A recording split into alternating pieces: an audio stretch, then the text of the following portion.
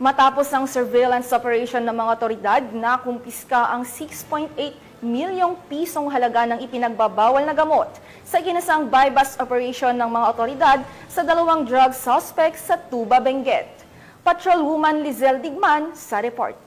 Natayang 6,800,000 na halaga ng hinihinalang shabu at naaresto ang dalawang under surveillance targets sa isinagawang buy-bust operation ng Benguet PNP sa Tuba, Benguet nito lamang ika-19 ng Oktubre taong kasalukuyan. Lumabas sa investigasyon na ang mga naarestong suspect ay isang 43 anyos na lalaki na residente ng Baguio City at 42 anyos na babae na residente ng Cavite na matagal nang isinasa ilalim sa surveillance. Matagumpay na isinagawa ang operasyon dahil sa pinagsanib na puwersa ng mga operatiba mula sa Police Regional Office Cordillera Drug Enforcement Unit, Benguet DEU Procar Intelligence Unit at Tuba Municipal Police Station. Nakuha mula sa mga suspect ang 1 kilo ng hinihinalang shabu na nakalagay sa vacuum-sealed plastic sachet at tinatayang 6.8 million ang street value ng naturang droga at nasamsam rin ang mahigit 700,000 na budol money